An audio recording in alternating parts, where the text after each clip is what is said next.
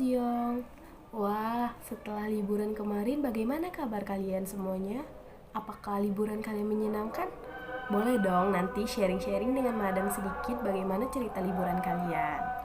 Nah, saat ini liburan telah berakhir dan sekarang kita akan masuk ke materi kita yang selanjutnya.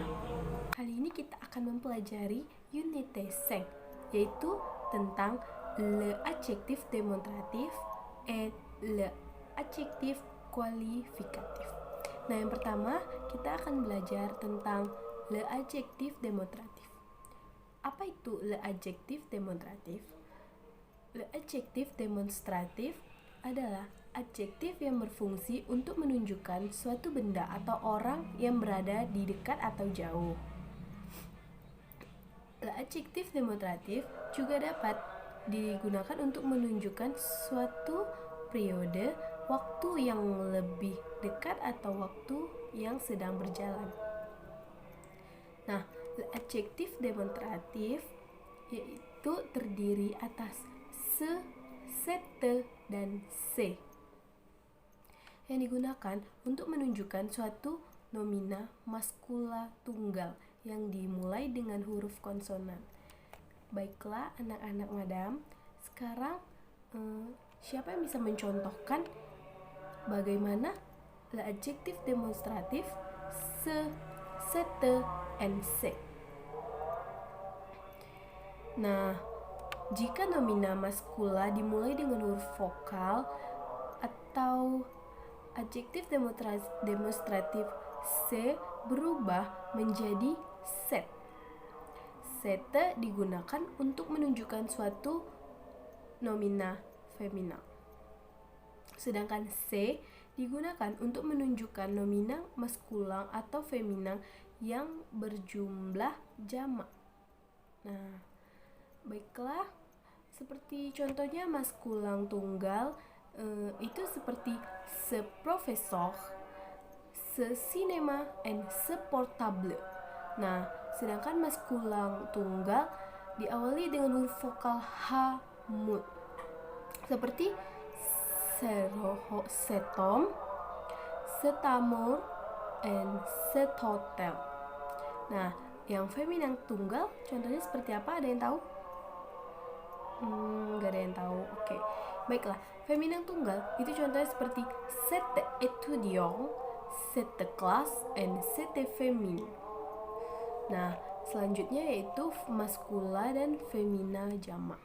Maskula dan femina jamak ini juga memiliki beberapa contoh seperti ses gens, ses chambres, and ses livres. Baiklah, sekarang kita masuk ke yang adjektif kualifikatif. Sampai tadi adjektif demonstratif. Apakah anak-anak Madam ada yang ingin bertanya? Oke, baiklah. Adjektif kualifikatif adalah jenis kata sifat yang menjelaskan tentang karakteristik suatu nomina. Adjektif kualifikatif memiliki dua fungsi, yaitu sebagai epitet dan atribut. Nah, adjektif kualifikatif juga berfungsi sebagai epitet, yaitu adjektif kualifikatif yang diletakkan sebelum atau sesudah nomina dan menjadi bagian dari kelompok nomina. Sedangkan adjektif kualifikatif yang berfungsi sebagai atribut yaitu adjektif kualifikatif yang terletak setelah verba yang dikonjugasikan dan menjadi bagian dari kelompok verba. Nah, contohnya itu contoh kalimat yang adjektif kualifikatif yang berfungsi sebagai epitet itu contohnya seperti il a un grand projet, cette voiture rouge, dan cette fille d'homme. Selanjutnya yang kualifikatif yang berfungsi sebagai atribut yaitu seperti son projet est grand, son voiture est rouge, dan cette dame est fille. Dan yang terakhir ada ton, face, et blanc. Adjektif kualifikatif yang berfungsi sebagai epitet digunakan juga untuk menyatakan nasionalite atau kewarganegaraan. Nah, kemarin kan kita juga udah belajar tentang kewarganegaraan, tentang nasionalite. Nah, selain itu juga bisa digunakan untuk warna, untuk menyatakan rasa, dan untuk menyatakan penampilan dan gaya, diletakkan di setelah nomina gitu. Kalau misalnya untuk nasionalitas atau kewarganegaraan, contohnya seperti elle correspondant anglais. Nah, untuk warna seperti Louis a des pantalons gris. Untuk gaya bisa seperti on visite une cathédrale classique. Nah, begitu. Adjektif kualifikatif yang berfungsi sebagai epitet lebih sering diletakkan di depan nomina, yaitu contohnya seperti beau atau joli, outre atau meme. Terdapat juga adjektif kualifikatif yang dapat diletakkan di depan atau di belakang nomina, tetapi memiliki makna yang sama.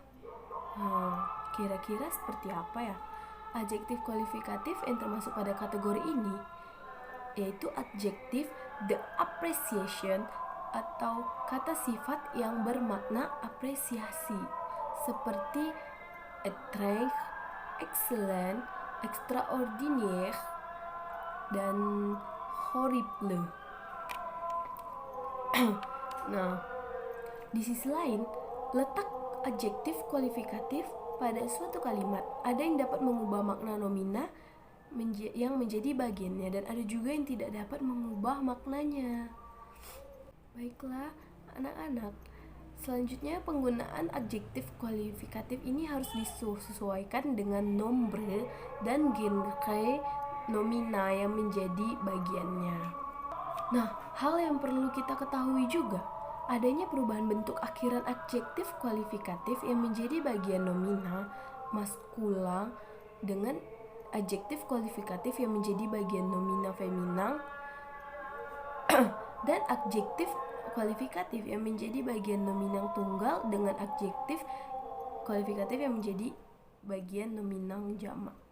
Pada umumnya, perubahan bentuk akhiran dari maskulang menjadi feminang yaitu dengan menambahkan huruf e pada akhir adjektif kualifikatif yang menjadi bagian nominang maskulang, seperti grand menjadi grande, français menjadi française, dan intelligent menjadi intelligente. Baiklah, anak-anak madam sekalian, apakah sampai sini kalian paham dengan materi kita hari ini? Apakah ada yang ingin bertanya? Madam persilakan sebelum kelas ini kita akhiri. Tidak ada yang ingin bertanya?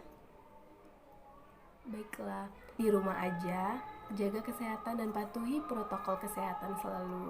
Semoga anak-anak madam sehat selalu. Bonjour, sampai bertemu kembali.